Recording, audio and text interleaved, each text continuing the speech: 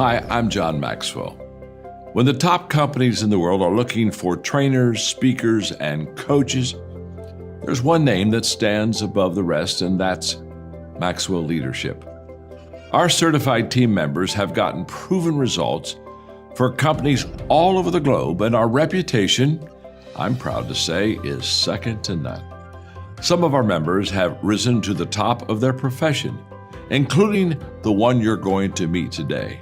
I proudly introduce you to my friend Bob Fabian Zinka. Welcome to the Leadership and Success Podcast with your host, Coach BZ, where we help you lead with purpose and succeed with impact. If you're ready to grow into the kind of leader others want to follow, this podcast is for you. If you're determined to elevate your success and leave a lasting legacy, this podcast is for you. As my mentor, Dr. John C. Maxwell reminds us, everything rises and falls on leadership. Our goal is simple: to inspire you, challenge you, and equip you with insights that can transform the trajectory of your leadership journey. Welcome aboard to another episode of the Leadership and Success Podcast with Coach BZ. Hello everyone, I'm Algrish Williams, Command Sergeant Major, retired United States Army. I am a veteran leader, author, speaker, and the founder of Williams Leadership Consulting, along with Williams Education Foundation. For more than 26 years, I've served in the United States Army, and today my mission is simple: to help leaders lead with purpose, live with integrity, and serve beyond the uniform. I've spent much of my 26-year career developing soldiers, veterans in transition, corporate leaders, and educators, helping them to navigate change, build trust, and align their values with their actions.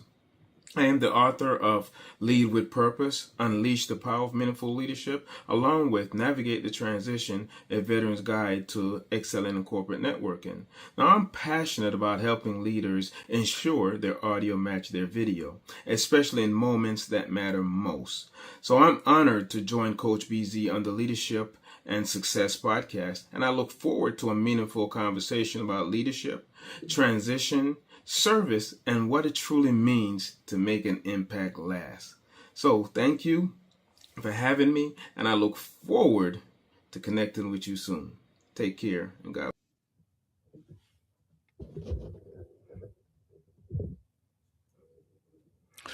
All right, everyone. I am super excited today. We have a very special guest. Part of this podcast is me talking to the type of people who have mentored me throughout my Navy career, but in tech as well. So we're going to be speaking to a very special man. But before we do, I'm reminded for our moment of gratitude. This is the part in the show where we take less than a minute. We just want to take a moment to be grateful, and that is so important because it's about 21 service member who commit suicide every single day in this country, and it's not possible to be suicidal and be grateful at the same time. So if you would maybe close your eyes, take a deep breath, and think about one thing that you are grateful for right now.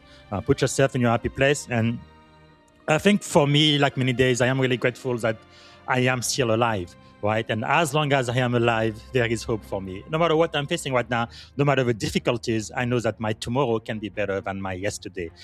Yesterday we have Professor Jeff, and one of his favorite saying is, my yesterday doesn't have to be my tomorrow. Basically, it is the same idea. Things can be extremely different tomorrow than they are today or yesterday because of the hope I have for today. So let us know what you are grateful for. Please type it in the comment, and also let us know where you are joining us from. And if you have a question for CSM Williams, please type it in the comment as well. So let me try to do my best to introduce our guest today. So I am really excited to have him here with us. Today's guest is CSM Algrish William. He's a Command Sergeant Major, retired U.S. Army. So that's E9. That's the highest rank for enlisted members. And when I was at boot camp 21 years ago, if I didn't make it as an officer, I would have definitely wanted to retire at least as an E7. So He's had a distinguished career in the U.S. Air Force, corporate leader, author, best-selling author, serial best-selling authors. He has written so many books already, and Presidential Lifetime Achievement Award honoree as well. He's the CEO and founder of Williams Leadership Consulting and the founder and executive director of the Williams Education Foundation, where he champions leadership development, education, and community impact. So, ladies and gentlemen, without any further ado, please help me welcome to the Leadership and Success podcast, the one and only Algrish Williams. Hey, good afternoon. All right. Hey, how you doing today? Very, very good. Thank you so much for being here. We are so honored and privileged to have you. Maybe to get started, CSM, can you let us know one thing you are grateful for today?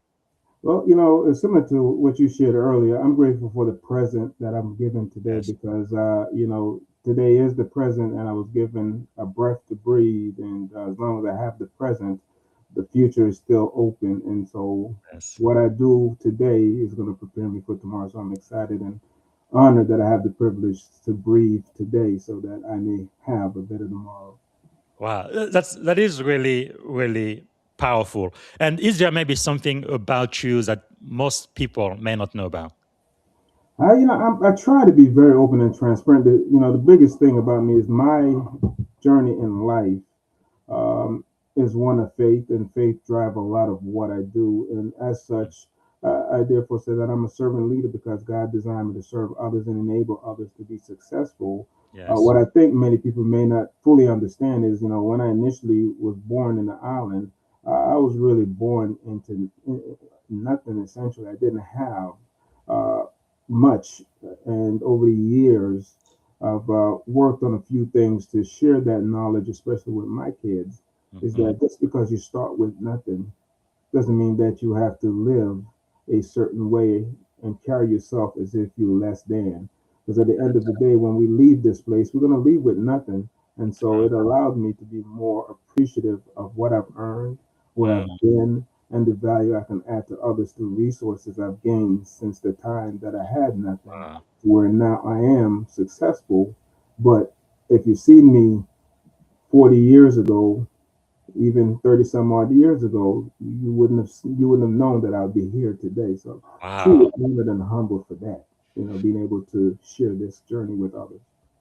That is really, really powerful. Maybe briefly, you can let us know how you came to become command sergeant major in the most powerful army in the world. How did that work out? And then, no, beyond the uniform, serial best-selling author, no, CEO, founder of nonprofit. I mean, on and on and on and on. Just all of those accomplishments. How did that happen?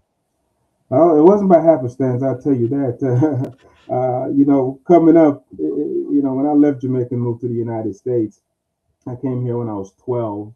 I really didn't see this path for me. I wanted to be a chef. Believe it or not, I do love cooking, Mm. but I didn't have the finances to go to school. I applied to Johnson Wales University, one of the best I thought, but it came with a hefty price tag. And in order for me to achieve that, old-fashioned parents from the Caribbean, we didn't have the privilege of just applying to college and filling out FAFSA. My father kind of laughed at me when I said, "Hey, I have to complete this FAFSA application, and I need your social security number, and I need to know how much money you made."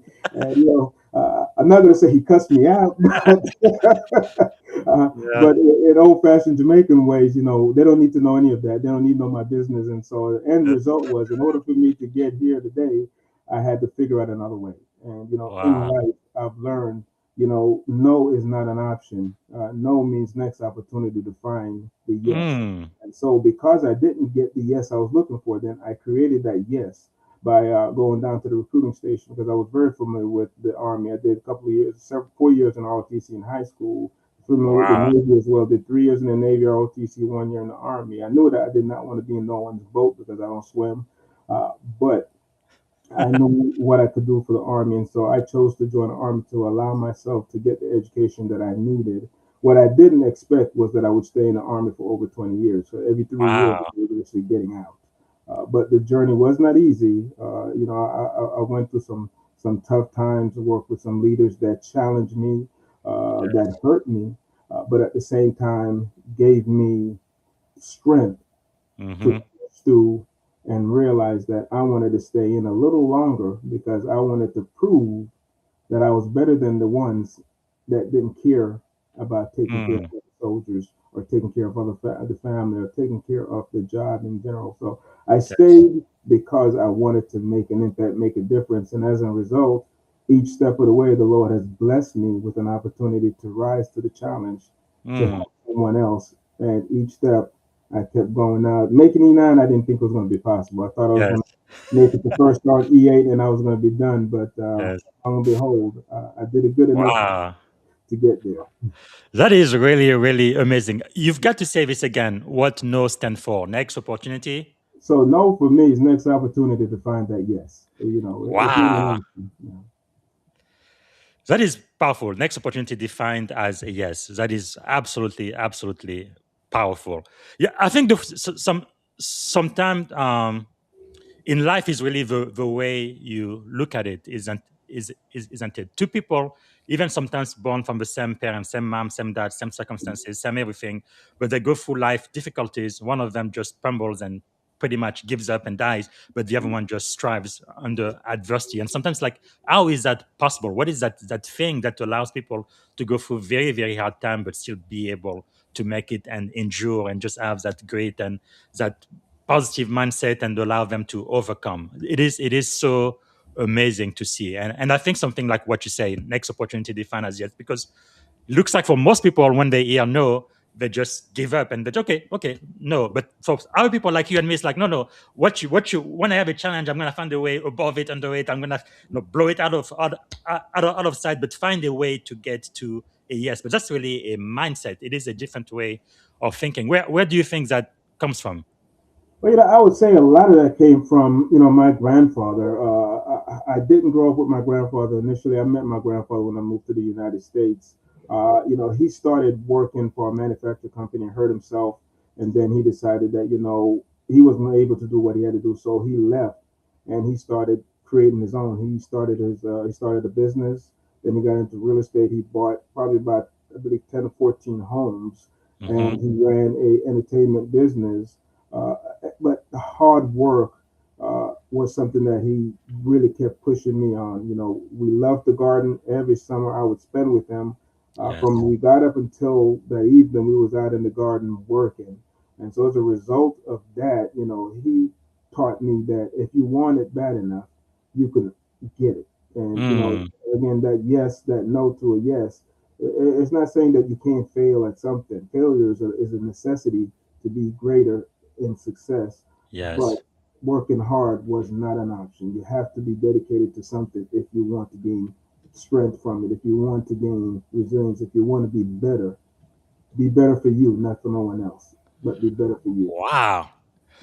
Well, you gave another wisdom nugget. Failure is a necessity to be great at success. That's really a different way of looking at failure because most people, when they fail, they feel bad and then they give up. But if you see it as a stepping stone to something greater where you need to learn something, and I love, I don't think you said it on podcast yet, but in the green room, you said you really do not compete with everybody else. You compete with the man in the mirror, with the person you were yesterday, and which is really so powerful. Wow. Can you tell us more about that? Well, so growing up, at some point in time, I really had some self-esteem challenges. That's one of those failure, opportunities, as we say nowadays, not necessarily failures, opportunity. I struggled with identity because I thought I was good. I left a situation where I didn't have, and I moved to the United States where I thought being in the United States, life was much better. I had the clothes that I didn't have. I had the shoes Hmm. that I didn't have. They were nice to me because I didn't have those things on. If I had rags that I was wearing, so I went from rags to nice threads, but I was getting teased in a way that made me felt like I was less than. Uh, Mm, and so, looking at all those things, uh, having educators and others showed me a path to be better. And what did better mean? It means look at how can you add value to the world and not worry about what they and them are saying. yes. And so when I realized that they and them don't have anything to do with me, I actually sat there, and I don't think I've shared this with anybody, but I sat in front of a mirror for about 4 hours. I'm a terrible artist because a teacher told me that I had beautiful eyes. That Wow. alone sparked me to draw myself to see what she was talking about, because everything Hmm. else I heard was that I was this, I was that, and none of it was Mm. beautiful. None of that was handsome, and it was really, everything was about tearing me down. So when I drew that and I saw something in my own eyes, I recognized that in order for me to move forward, I need to Yes. focus on my race. Don't Wow. worry about what they were saying, focus on where I wanted to go. And as a result, I started getting active in the community. I started joining association. I started Yes. creating my own association and other things. Mm. And as you can tell, almost Yes. 30 plus years later, I'm still a Yes. busybody. Not only am I writing, Wow. I'm doing a lot, and I'm still very much involved with Yes. my family. If I do it, my family is with me. My faith is with me. So, glory Wow. goes to God in all of this, first and foremost. Actually, I'm going to kind of do this out of order, but you have to tell us about this right here. Presidential Lifetime Achievement Award 2025, President Joe Biden and Vice Kamala Harris. What happened? So it's interesting as you shared that picture there. The lady at the top, Hmm. Dr. Tabitha Russell, Yes. she recognized something that I was, when I give back to the world, or to the community, it's not about taking or receiving anything back. I've Hmm. been volunteering since I was a young man, growing up from middle school to now, and Yes. so she had a speaking engagement. At one point, I came out, and I was invited to be part of it. And then we got to talking, and she asked me about some of the things I was doing. I just came from a mission trip to South Africa, where uh, Wow. I work with a nonprofit organization in my church to go over to South Africa, Cape Town, and Johannesburg to help to help the organizations there, and to help uh, build up churches in the community and bring stability around the youth and so forth. And she said, "Well, what else do you do? How long have you been doing it?" And so I shared what I was doing, and as based on the things that I've been doing over the last several years, essentially, she recognized that I've earned, I guess, the right to be recognized for such, and as a result, Wow. this came about, and I'm truly appreciative of her taking the time to talk to me about it, and to help get me to a state of recognition. Again, not doing the work for it, but I certainly Yes. appreciate her taking the time out to do that. No, that is so important. We're going to be talking about volunteering a little bit later during the show. Like here, uh, I know, man, you've done this all of your life. You were presenting a check for $200,000 to the Army Emergency Relief, which is really uh, amazing. Like I know when I first joined the Navy 21 years ago, uh, well, I wouldn't say a bad petty officer, but someone told me what Navy stood for was never again volunteer yourself. I'm like, no, no, no, that's not what the Navy stand for. You do have to volunteer. You do need to do something and add value to the Mhm. community. So I did the complete opposite myself, but it's very important, especially these days, to Yeah, really add to the community, because sometimes you may even think, okay, I don't have much to offer, but yeah, maybe you can mentor someone, maybe you can teach someone how to read, you can do something to really be really go, I guess, from success to significance, right? It's going to be significant to the life of somebody else, and you definitely embodies that. So you retiring as a command sergeant major, that's a very, very big deal. E9, you are at the very, very top of the rank. So when people look at you like that, I'm sure they are thinking, okay, command sergeant major, they think no rank, authority. But yeah. who is Algrish William when the rank comes off, and how did that identity evolve over your career? So I will tell you, it actually started before I joined the military. As I shared with you, I had the self-esteem issues, and I had these identity crisis. The moment that I drew myself and recognized who I was, I Mm, started recognizing my why. But I didn't necessarily understood it until probably halfway through, almost closer to the end of my military career, what wow. my purpose was. Once I understood that my purpose was to help others to be successful and to enable others and to be that leader for others. Uh, that part was understood by the title, but to Hmm. actually be humble enough to say that I don't know something and rely on my team, or to support others, even when I didn't have all, I wasn't equipped. I felt like I wasn't necessarily equipped. I had to go inwards and look at, why am I here? And so, Mm. who Algrish is outside the uniform is a man of God, a husband, Yes. a father, a community activist, if you ask it really, and an advocate for people first, right? And so Yes. those qualities, along with humility, is who defined who I am today. The rank is borrowed. The Army allowed me to hold on to that rank for Yes. a couple of years while I served and supported. Did I need the rank to get my work done? Absolutely not, because I approached everything as Algrish before the uniform. So at the end of the day, if a leader have to say that I am command sergeant major, I am general, Yes. you are not really necessarily the leader in that situation, because Wow. you have to showcase what's on you versus show people through your action who you are and why Yes. you're there for them, and to Wow. help service them. Our job as leaders is to be a servant first, not to Hmm. take, but to give.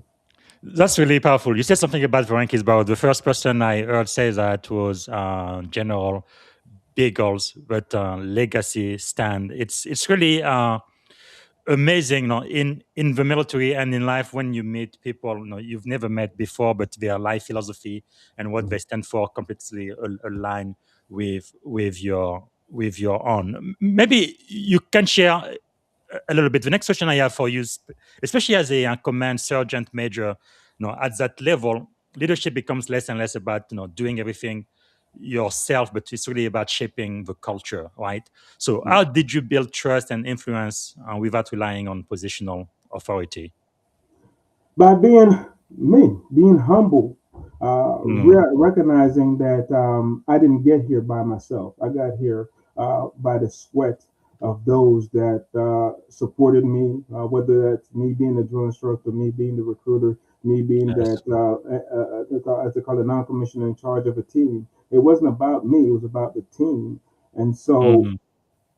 recognizing who I was and who I am is first for the people. And so building that trust was to really showcase my value by acting upon the actions and the word, not just saying it, but actually doing it. So if you're Mm. in the trenches, I'm in the trenches. If you're getting dirty, I'm getting dirty. And 9 times out of 10, I've been there before you. I've done Yes. it before you. But now that you're here and you're going through it, I'm going to be right there next to you. How can I help you?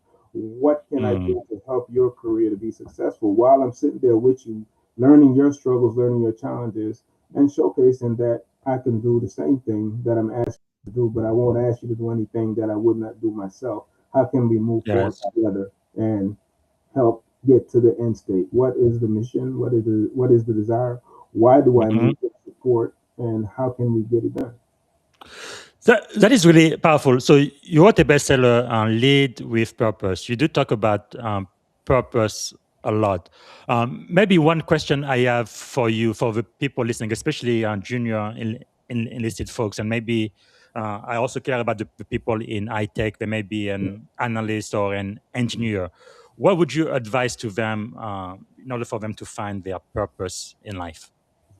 Well, so when you think about it, is what gives you joy when you wake up in the morning? Mm. When you wake up, if your first thing is, I want to make $1 million, I want to live in this luxury style living, and it's not about glorifying and it's not about giving back, then you know where your priorities lie. And so identifying where your priorities lie, what gives you the joy and the zeal to want to go out and be the best version of yourself.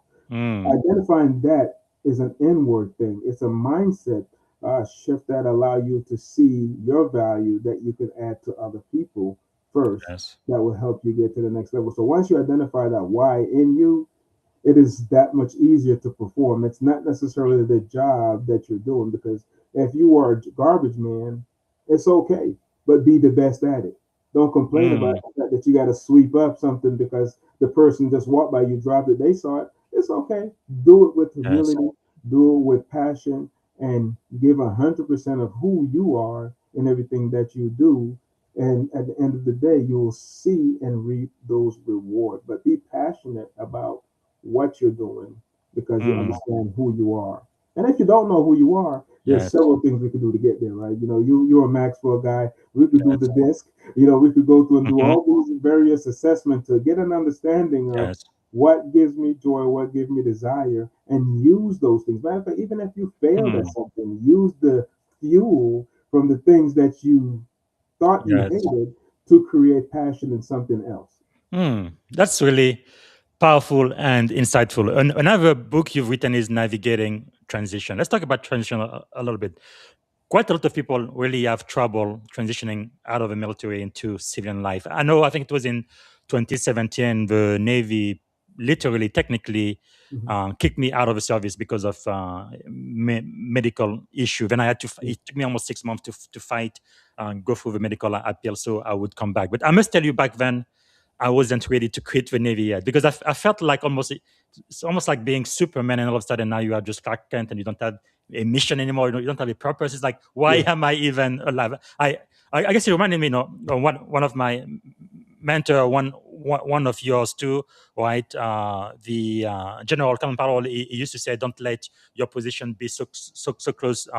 Don't let your ego be so close to your position. So when you lose one, you kind of lose yourself, Yeah. something like that." But anyway, I definitely had lost all sense of who Bob Fabian Zinga was. So I guess the question for you, kind of to help out the people who are listening right now, who might be going through a transition, especially from the military into the industry, what would you advise them to do throughout their transition uh, uh, That time? is a powerful thing, and I like your story there. And I'm sitting over here smiling because it's so funny to think about. Many of us, as we start to leave the uniform, so much of who we are is wrapped up in that uniform. It's Yes. like, I've been a sailor for 20 years. I've been a soldier for 20 years. I've been airborne. I've been Yes. this. But who are you? You know, if you don't know who you are and you wrap your identity around what you did, you're gonna struggle a little bit. And Mm, sometimes that struggle is okay. But I would tell those that are starting to think about transition, start thinking about it a little earlier. If yes. at the end of the day, if you join the military for 3 years, 4 years, or you're a lifetime individual, at each step of the way, what happened if you're not gonna? If the military said they don't need you in 2, 3 years, as you're Mm, moving forward, educating yourself, start understanding who you are. What is your brand? What do they say about you when you're not in the room? mm, And how do you walk into a room and be your best self and be confident about that which you are? And those are all part of that transition because if I'm yes. leaving the military and I'm dragging it in the duffel bag with me, I am not really leaving the military. I am just moving out, but I'm still in it. And I have Mm, not taken that time to say, who is Algrish and what am I going to do now? Because yes. that is a question I ask myself. I really, although I didn't have the identity crash per se, I knew that I was ready to leave because I left on my own accord at the time because I was focused on my family and I needed to be Yes. focused on my family. But identifying that which I want to do, and if I don't know, talk to those individuals that are around me, my family, those leaders Mm, that supported me. You find the various assessment, whether it's a Clifton Strength, it's a DISC, it's a Berkshire assessment, to identify those skill areas that you are great at, and focus your energy on the things that you are great at, and start finding people in yes. industries that are doing those things that you think you're great at or you want to be great at, and start building your brand around that. Start learning to be Hmm. that subject matter expert because the thing about the military makes us so Swiss knife-ish because we can do almost anything because the military Yes. use us in that facet. So some of us, you were specialized because you're in technology. I was Hmm. human resources, so I could say I'm specialized in that arena. But the military pulled me out of Yes. human resource and had me doing so many different things.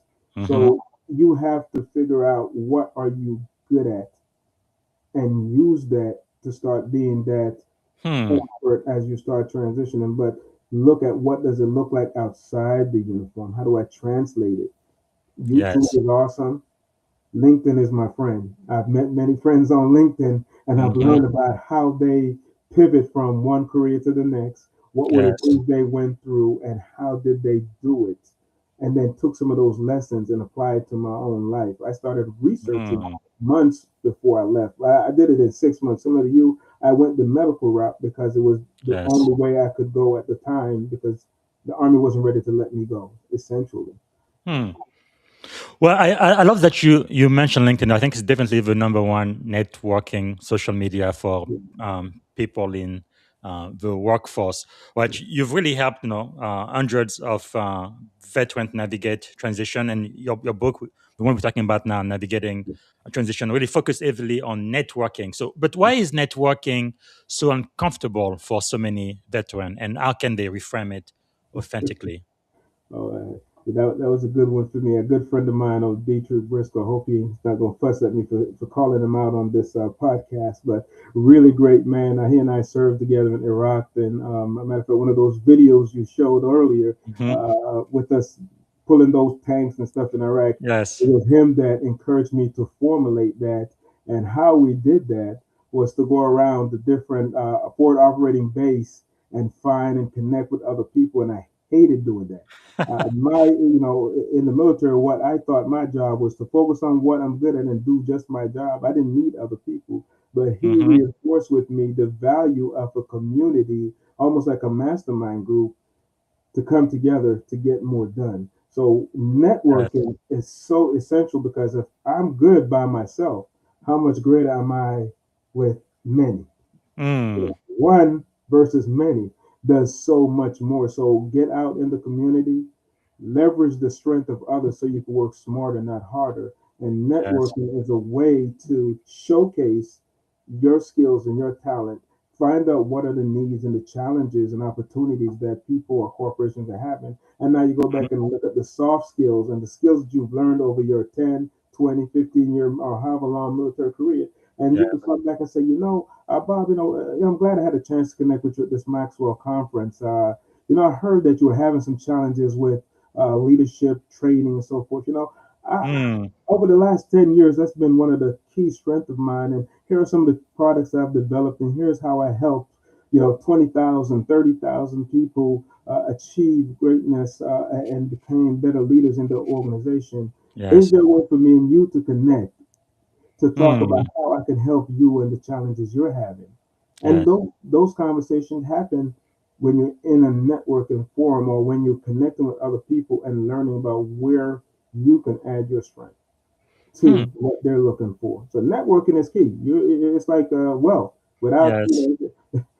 your network is your wealth when you think about it, because you can apply to 20 jobs, 100 jobs. If no one knows you and Mm. knows your credibility and can vouch for you, uh, you may not make it to the interview. If you make it to the interview, and Yes. you'll find again somebody like me, and I know the people that's doing the employment, they've met me, they've worked with me at a volunteer event, they had a conversation, and they know my skill sets. Who are they going to call for the job? Are they going to call the Mm. guy that applied, just cold? Are they going to look at the person that they have a relationship with? And even if I don't have all the skills Yes. that they're looking for the job, I have some soft skills. They like how I operate. They see how I connect with other people. They can leverage that relationship building to create opportunities in the organization. Yes. And right now, I am playing that MV push, which was pretty amazing. It's really incredible the work that you did. Can you tell us just briefly what was happening here? So at the time we was in Iraq, we was getting bombed on pretty heavily by the Iraqis at the time, and the General Ferda was the commanding general at the time. Wanted us to create some opportunities that will allow our troops on the ground to have a stronger morale. What can we do to boost their morale so that they can continue to feel good about where they were and the work that they were doing? And so my boss and I, Dietrich at the time, sat down and thought about it. We connected with a few of our teammates, and we said, "Hey, let's do something." There he goes, right there. So let's come Yes. up with some team building competition that will get people out of their offices, get Mm-hmm. people out from their silos and bring them out in the community, and so they Wow. can one see one another, and the energy from that should create some momentum for us to really Yes. continue to feel like it's okay to be away from home for a little while, and Mm-hmm. build the bond of the team. And trust me, we built some bond that Man, we can't do in Iraq. that's really, really amazing.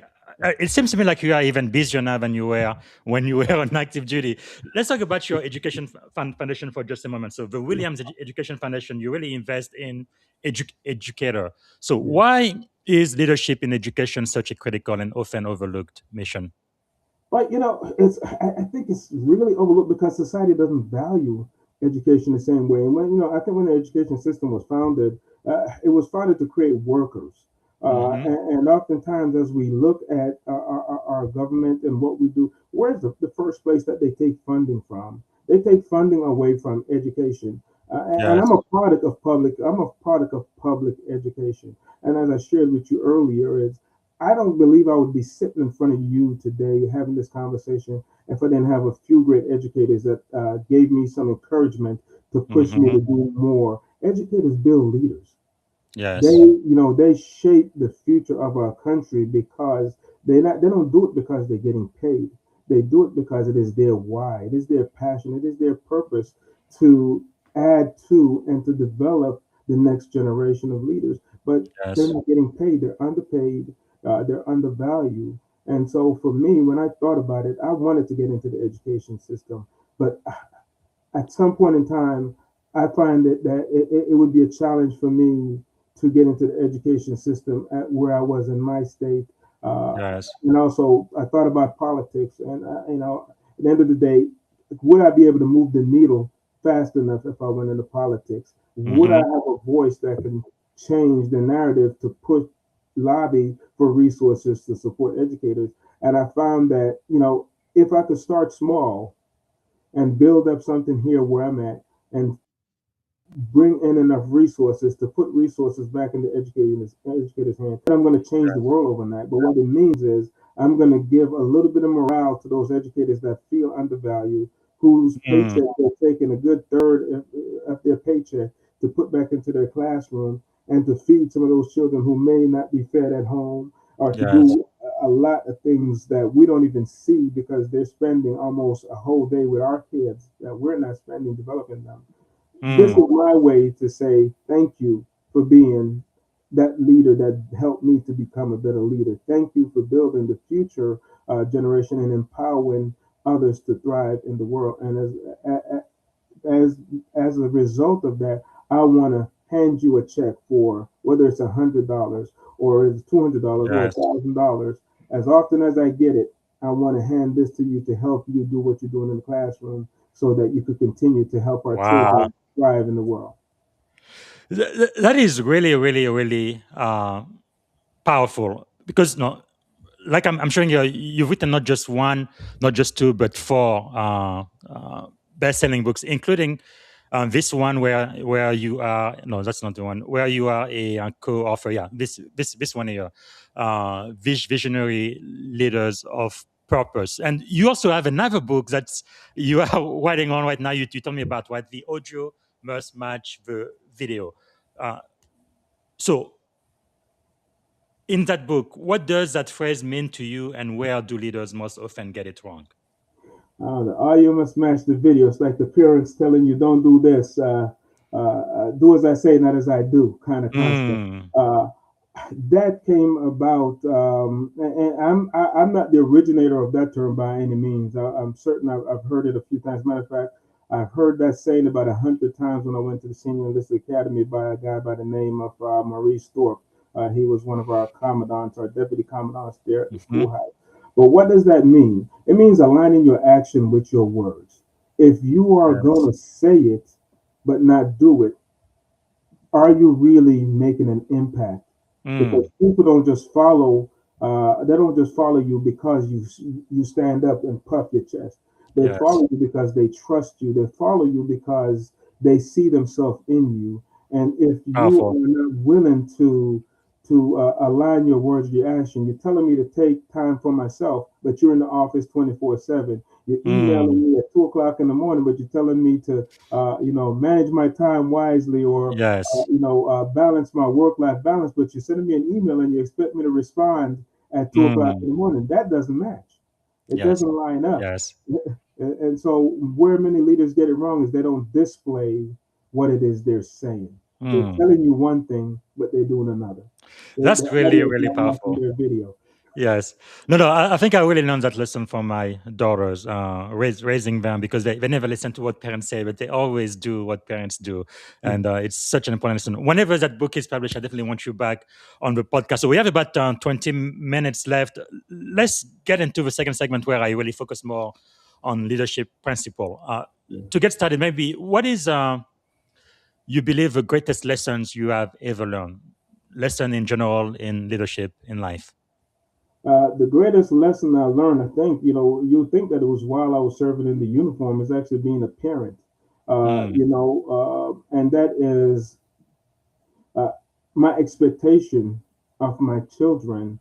I thought that, my kids correct me. I raised them in such a way that they can hold me accountable to the things I say and do.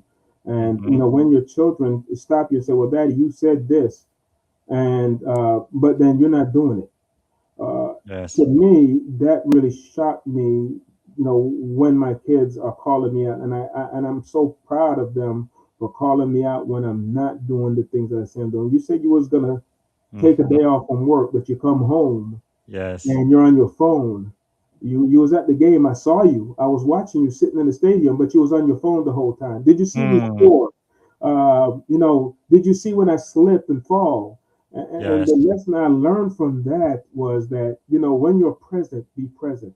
I'm great at Mm, work. I was present at work. I was there for my troops. Then I come home and I'm still doing troop work and I'm not doing father work. I'm not doing yes. husband work. So the greatest lesson I've learned was really from my family to tell me that my audio wasn't matching my video. Mm, I wasn't doing the things that I said I that's would do. powerful. Come home and being Yes. present for them and paying them attention. Put down the phone when you're sitting down eating. But I'm sitting there. Oh, one second. They talking to me, and I'm sitting there doing this. So that was to me one of the Mm. greatest lessons as a leader is align your words with your action. That is so powerful. It's really the basics of leadership and trust. And what would you say is the secret of your success? I mean, going from E1 to E9 in the military, the most powerful army in the world, everything you are doing as CEO of your own foundation and the work you're doing, coaching and speaking. I mean, on and on. And you already have 4 books, and there is a fifth book on the way. What is driving you? What is the secret of your success? Never settle. Mm, Like I said before, I meant that to the core. No means the next opportunity to find a yes. Don't if you're just going to be comfortable, then you're not growing. As a leader, you need to continue to grow. I will be starting my doctoral program here next year as well. The wow. goal for me is to be an example for my Yes. children, to be an example for those that see me. And at the end of the day, my job is to add value to others and to help Hmm. others to climb the heights. But if you think because you get to a certain age, you can just sit down and stop learning, then you've already failed. Yes. And failure is a good lesson in life and how to become better. But at the same token, when you slow down, you stop growing. You might as well not be breathing. And so that is my purpose: is to continue to drive and continue to add value because God gave me breath to breathe, air to breathe, breath to breathe. And so I'll Yes. continue to find ways to help improve myself so I can give more to others and give more to Wow. the people. That is really, really powerful because I really think the essence of life and leadership is to really add value to others.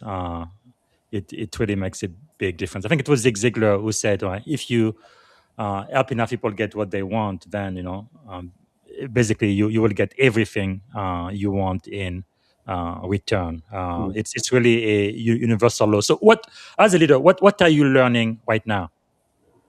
So one of the things I'm actually the book you saw there earlier that I shared in General Beagle's book when they Yes. talk about when the map ran out. I, I, a lot of the stuff that he shared in that book, I've worked with him for a couple of years. Mm-hmm. I got to see it and hear it on a day-to-day basis. But Yes. it's always such a great reminder to flip the pages of a book to reaffirm. One of the things that I picked out of it, when we talked about, is the white space and Mm-hmm. protecting that white space. And I really meant that, because that's where I think a lot of leaders in the world go wrong, is you don't take time for yourself to really recharge so you Yes. can improve your judgment and do better for those that you're supporting. Mm. And you're so busy sitting at the desk that you don't make time, and you're not available to those that you're leading. Well, you might as well not be there, because you're not present anyway.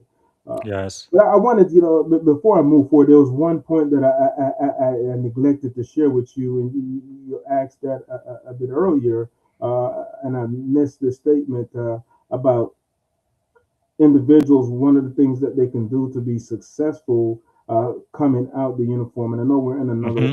way out, but the preparation is the biggest key to doing that. Building your brand is so important, but the Yes. preparation piece of it is certainly one of the biggest key, to take the time to study, to learn the organization. And one of my good friends, he's also co-author in this book with me, Daryl Mm-hmm.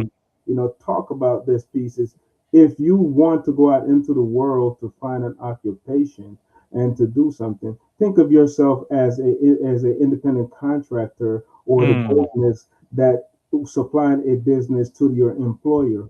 What problems are you solving, and Yes. how are you going to add value to that corporation? And if you could think Mm. about it that way, as you leave in the military, or you transitioning from one career to another, as you pivot in this way, and Yes. you're that independent contractor, what is your value proposition? What value Mm. can you add to this company so that they can improve their bottom line? That is very, very powerful. Again, it has to do with mindset. Even people who've been employed in the industries all of their life, if you just see yourself as an employee, I work from 8 to 5, and that's all I do, and I get paid, probably not going to add a lot of value. But if you think of yourself as your own CEO, you are a contractor, or a consultant to the company, and like, what is the best use of my life now? How do I add to the bottom line? I mean, that's a big, big difference. Uh, Wow, that's really great. So we've talked a lot about your successes. Now, I love this comment that was given to me by one of my skipper. One side says success, the other side says failure. Success, failures being two sides of the same coin. No, everybody just looks at your successes, everything you have accomplished. But what about failure? How has failure shaped your life? I could vividly recall the one moment that I felt that I failed one of my young troops, and that is, because I was the leader. I felt that I needed to make the decision. I made a decision without incorporate them into it, and to me that hit me very hard, Mm, because I almost ruined his family by a decision that I made to move him out of an organization, because him being in the organization wasn't going to improve his career. But I didn't mm, take the minute to sit down with him and say, "Hey, what is your plan? What are the things you need to do?" I was the leader in the position. I knew what was best for the army, and I knew what was best for his yes. career. He needed to move, but I didn't know that there might have been some challenges with his marriage. I Mm-hmm. didn't realize that before he got to me, he was deployed 3 or 4 times consecutively, Mm, so he did not have time home with his family. And so here it is, I'm making the decision to move him to a rapid deployment unit, yes. and he would be gone away from his family again, and thus, potentially causing a divorce, which could lead to more than just a divorce, as you Mm, mentioned earlier.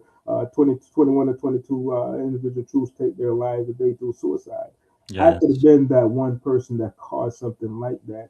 And to me, that Mm, was probably one of the biggest failure for me at the moment, is I didn't take the time to understand, to learn about my people that was in front of me. I just figured, since I had the authority to do it, I'm yes. going to do it.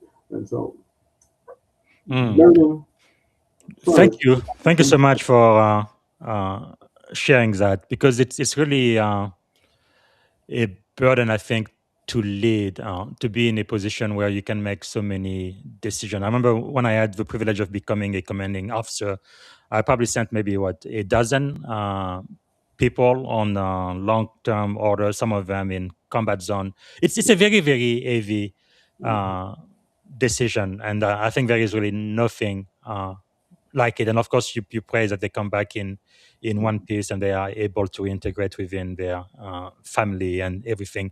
Military life is extremely rewarding, but I guess it's not for everyone. It asks for a lot of sacrifices because sometimes you are deployed to places where your family just cannot go uh, with you, and that's why I know I am so in awe, and I honor everyone from E1 to O10. Everybody contribute, everybody sacrifice, and it's not just you, right? It's also your spouse and your children who have to pay for your decision to serve our country. Thank you for sharing that. So let me ask you this: are there any people that you would recommend that my audience follow? Any mentors or thought leaders, people you've learned from that you think my podcast audience should know about as well?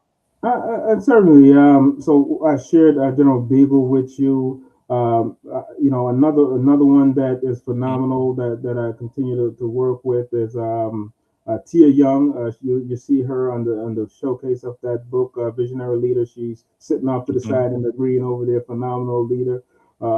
Certainly a good friend of mine. I think on the other side, you should have saw her. I thought I saw an image of her somewhere when you popped it up earlier. But Uh, I could be yes. mistaken. Uh, yeah, there she is right there. Yes. Phenomenal leader out there in the world. Frank Van Buren, I would tell you, Oh, actually, by the way, she's a general as well, and yeah, she's scheduled to be on the show in 2026. So wonderful. make sure to watch. Yes. So she's definitely awesome. I would also want to echo a couple of great leaders out there in the corporate world. One that I was a mentor to me when I was leaving the military, Frank Van Buren, certainly out on LinkedIn page as well. He's now out there coaching our young folks, investment Mm, wealth management individual. He is somebody that I value his feedback, his leadership, and how he helped me look at yes. the corporate world differently. And there's several people that I do here. John Maxwell, I tell you, I got to give him credit. I got about Yes. several of his books sitting behind me. Simon Sinek, another Yes. great thought leader out there that really helped me look at the way I see things and understanding that why Mm. is certainly. That's powerful. No, really, all of them great mentors and leaders in their own right. So, if you could choose three people to have dinner with, who would you choose and why? No, they could be alive now, dead, or even mythical figures. So, my wife laughed at me every time I said that. So, President Bush, George Bush, Yes. he, to me, is something about him that if I would love to sit down with him to pick his brain and understand how he operates. I watched him and the Obamas as he came out of office, and just to see the relationship between him and the Obamas, that is just fascinating. But I love his honesty, the fact that hey, I just didn't know, and he owned Hmm. it. Yes. Maya Angelou, and of course, you showed him on here, Colin Powell. Yeah. That photo you saw him with my daughter. He Hmm. didn't want to talk to me. He wanted to talk to my. He Yes. wanted to talk to my. He spent about 30 minutes with my daughter. So I love, especially being Jamaican myself, and he's a Yes. Jamaican. He's definitely one that would be on my list. Wow. Actually, I had a picture of President Bush too because I saw one of your posts and you said you wanted to talk to him on LinkedIn, but I can find it now. But everybody knows who President Bush is. This is the one when I became actually yeah, after 9/11, right? So I joined 2004. So he was my commander in chief when I was enlisted. When I got my commission as an ensign as well, and then when I was a junior grade, I've got my forever President Obama as commander in chief, which is just amazing. But yeah, wow, that is really great. So.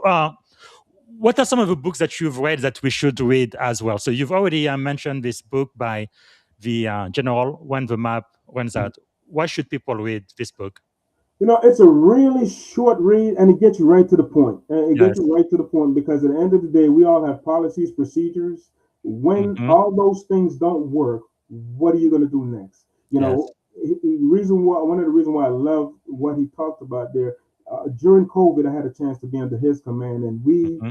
no matter what policies and procedures you were used to doing, COVID Yes. crushed it all. We Yes. had to continue to train and move service members in Mm-hmm. training. And, we when the pressure was turned up, we delivered. And Wow. to me, that is a pivotal. And of course, I've gotten my own literature out there about leadership as well. Mm-hmm. But I'm a big fan of definitely, as I shared, Simon Sinek and John Maxwell and so many other leaders. Even Atia Young, she has her book out there about Dare to Lead is one Yes. of her book that she wrote as well. But I mean, I have a plethora of books out there that there go my buddy Frank Van Dam, Yes. Lessons from the Cockpit, into corporate success. He killed it and still killing it in the world. But Mm. Wow, but that is really wonderful because we do read a lot here. Thanks so much. Of course, that's in addition to your own book. So, is there maybe a song, a book, or a movie that would be your life's theme or anthem? Um, that's a hard one. I tell you, I'm terrible with movies. One of the songs that I think I, I I thrive on now all the time is mostly in the gospel world. Mm-hmm. It's break the chains, right? Mm. Because no matter how Break every hard chain. life goes, breaking the Yes. chain, no matter how hard life is, when you could break the chain and leave it all to Him, uh, Yes. you could move forward with such a phenomenal momentum. That is very very powerful. I believe that's the song by what's her name, Tasha Cobbs, right? I believe so. Don't quote Break me every on chain. names. I'm terrible with names. Yes, yes. Tasha Cobbs is the one who sings it. Wow, that is powerful. And part of the reason why I love talking about music, I've been playing the piano since I was 7 years old, and Mhm. every important moment in my life, every milestone, there's always a soundtrack to it. For example, 9/11, I know exactly what I was listening to, and that takes me back to that period during COVID. What song that was inspiring me during those difficult times? Every single milestone in my life, there is a soundtrack to it. And I think music is also universal and it really brings us together. Like even now, I am really, really curious, actually shocked that my daughters were Black, African, American, and their cousin, Black, uh, European American, French citizen, they listen to K-pop music now, and I'm like, that's incredible. No, I've never would have thought of American kids listening to foreign language music, but music is just international, and it is uh, Afrobeat is killing it powerful. now, right? Yeah, yeah.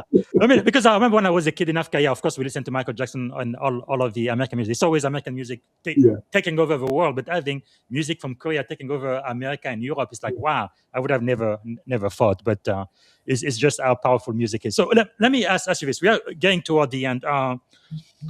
If you had one and only one day to live, what would you have liked your final contribution to be? I think I would stick with serving our educators and giving them, putting them on the pedestal and allowing them to Mm, be seen for who they are and the leaders they build. When I started the foundation, I meant it yes. was going to be a lasting legacy for me. So just being Mm, able to lift them up and celebrate them and thanking them for their yes. contribution to society.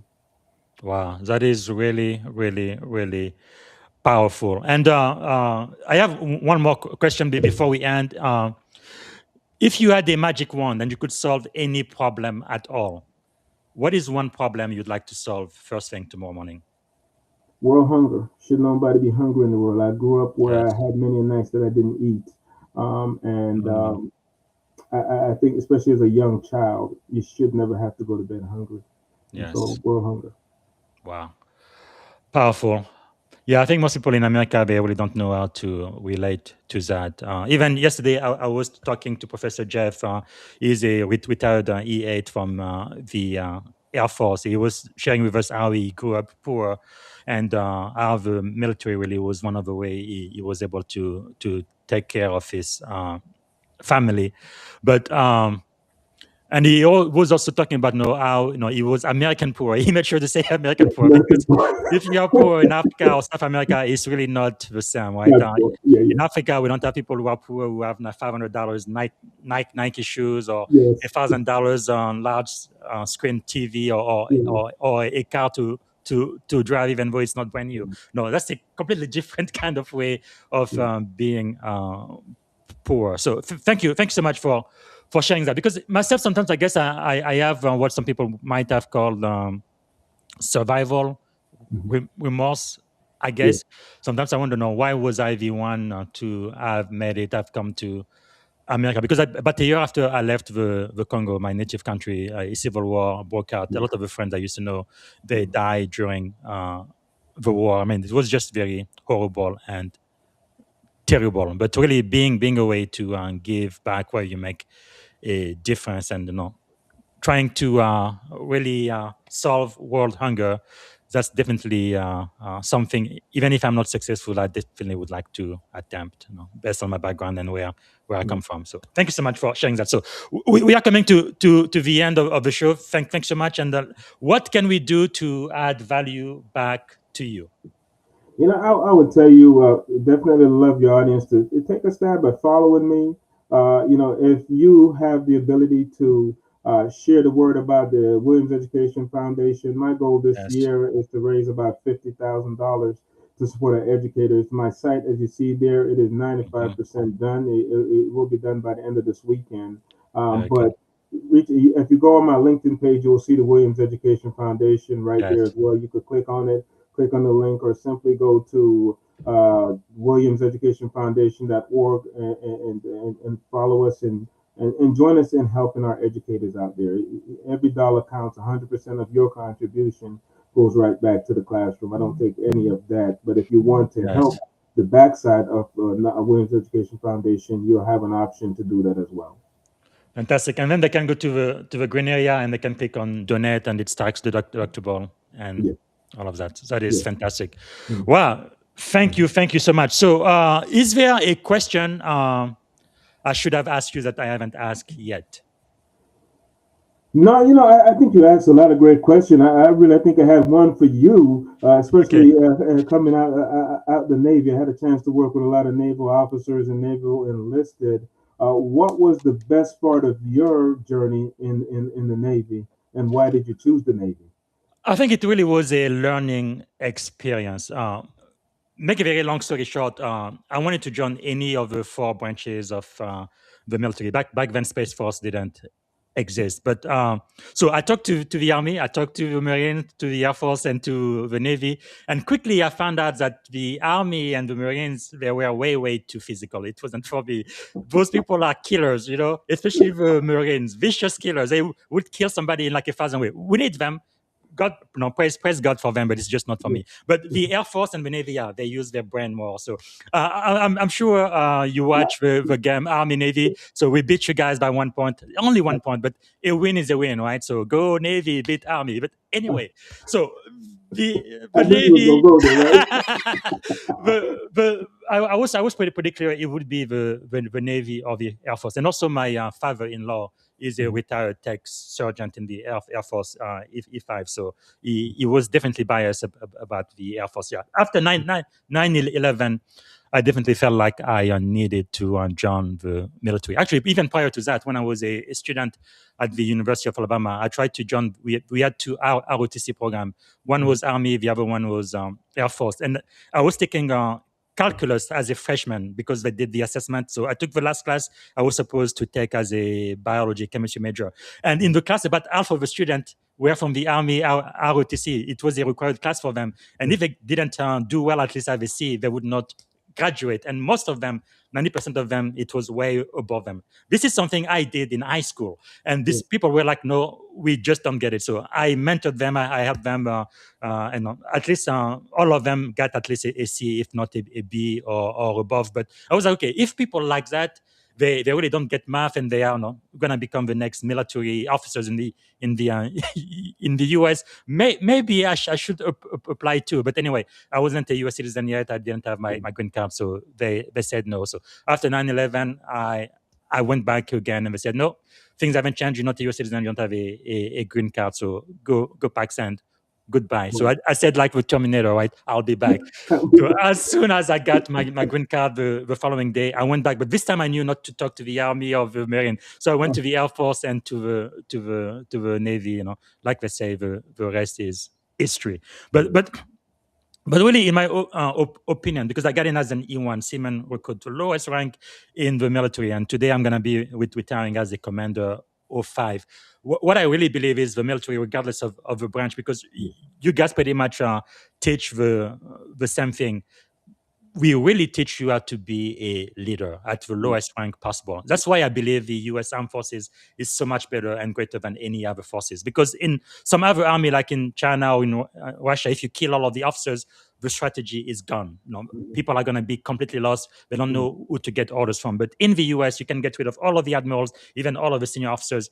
The chiefs, like I say, they run the Navy. They are going to know exactly what to do, how to do it, and they're going to accomplish the mission because they are leaders, and that's what we really train in the armed forces. So yeah, it was really if I didn't learn anything else in my Navy career, I learned how to lead. If nobody else, how to influence myself, Yes. and that has been quite powerful. So maybe the most important question I will ask you, CSM, is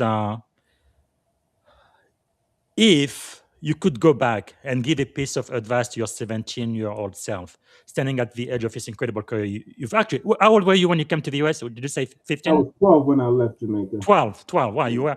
Okay, let's go to 12 years old. What would you say to 12-year-old Algrish? Wow. You know, patience is a virtue, honestly. Just because you Mm, don't know why you're doing it today, yes, the answer will come. Push through everything, even when it get hard. Continue to mm, go. Because there were some times in my life where I felt like I couldn't go, but that patience to just trust God and know that He has already mm, solved the problem. yes, That would have taken a lot of heartburn because I had a lot of heartburns about a lot of things. Even though I'm successful today, like I said, you just yes, don't. If I we don't have enough time on your podcast to go through the struggles and the challenges that I actually faced yes. in my life, not only coming up, but even in the military, that those challenges help Mm, create the Teflon and help me go even further. So, yes. be patient with the process and just slow down. Wow, that is really, really, really powerful. And the reason why I say 17 years old, by the way, that's how old I was when I came to the US. I had big, big, big dreams, and I had no idea how to accomplish any of those. But no, I kind of wish I knew then what I know now. But that's I get the benefit of hindsight. Okay, towards the end, can you give me a couple more minutes before we Oh, yeah, close? yeah, I got Okay, you. thank you so much. I am really excited to talk to you. So this is gonna be light round, right? Don't take too long to think. Rapid fire. What is one word that comes to mind that defines great leadership? One word. Resilience, Okay. Morning routine or practice that keeps you grounded? reading. Very good. Okay. What is one book then or quote that changed your life? One book that changed my life was Start With Why. Simon said it. Mm, fantastic. Who inspires you most today? Say that again. Who inspires you the most today? Still today, my grandfather. Yes. Powerful. Okay. What did you want to be when you were a kid? I wanted to be a model, believe it or not. Really? Wow. Okay. You failed And I did miserably. that, by the way. So there's a lot. Wow. I did do it. So I did accomplish. Really? When? You have to tell us So more. while I was in the military, I modeled in San Antonio for Calliope Talent Agency. What? I've got to see the pictures, man. That is amazing. Wow. Okay, okay, okay. That is amazing. Okay, what were three adjectives that described you as a child? I didn't hear that one. I'm sorry. Three adjective describing you as a child. Ah, let's see. Talkative, Hmm. uh, curious, curious, curious. No, no. You're talkative. Um, Curious and yeah, you're curious and semi mischievous. okay. What about as an adult? As an adult, helper. Uh, Two more. I'm having a brain fart here. Uh, helper. Uh, Definitely, you are a prolific author for sure. yeah, definitely that.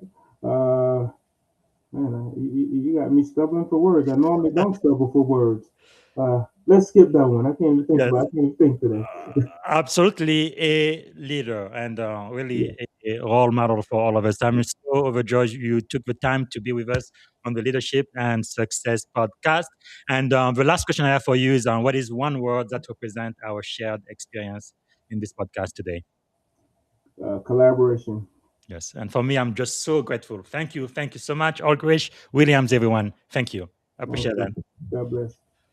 All right, everyone. This is one for the book. Thank you so much for watching the Leadership and Success podcast. I don't have an interview tomorrow. What I will do is I will have a 10-minute recap of a previous interview that we've asked. I'm going to show highlight of the hour-long interview, and then 10-minute clips created by artificial intelligence. So thank you so much for being with us today, and I will be back here sometime Saturday tomorrow morning, and I really do appreciate that. And by the way, we did have one message. Oh, that's my wife. She says, a great interview. Thank you so much, sweetie.